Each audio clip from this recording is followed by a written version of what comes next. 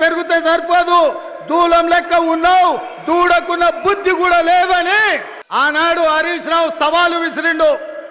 మీరు రైతు రుణమాఫీ చెయ్యండి, నేను సిద్దిపేట ఎమ్మెల్యేకు రాజీనామా చేస్తా, మళ్ళా ఎన్నికల్లో పోటీ చెయ్యనని. ఇవాళ ఈ వైరాగడ్డ మీద నుంచి ఖమ్మం ప్రజల సమక్షంలో హరీష్ రావు, నీకు సీము నెత్తురుంటే, సిగ్గు లజ్జ ఉంటే రాజీనామా చెయ్యి. నువ్వు కూడా నీ మామలకనే సిగ్గు లేనోనివైతే ఏట్ల దుంకి సావు అని చెప్పి నేను ఈ సందర్భంగా చెప్పదలుచుకున్నా. లోపల రుణమాఫీ చెయ్యి, 6 గ్యారెంటీలు అమలు చెయ్యి, 100 రోజుల్లో చేస్తా అన్నావు, చెయ్యి, చేస్తే నేను రాజీనామా చేస్తా అన్నాడు. ఇలా 2-3 చిల్లరగాలు పోస్టర్లు పెట్టింది హరీష్ రావు గారి మీద. అయిపోయింది రుణమాఫీ, నువ్వు అర్జెంటుగా రాజీనామా చెయ్యి. ఎక్కడైంది రుణమాఫీ? చెప్పి చూస్తా, ఏ ఊర్లోకి వచ్చి చెప్పిస్తారో చెప్పండి. కాంగ్రెస్ వాళ్ళు ఎవరు వస్తారో రండి.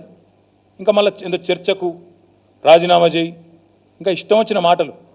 అధికారంలో ఉంటే పందైనా అందంగా కనబడుతుంది, ఇవే మాటలు ఒక ముఖ్యమంత్రి ఉప ముఖ్యమంత్రి మాట్లాడాల్సిన మాటలు.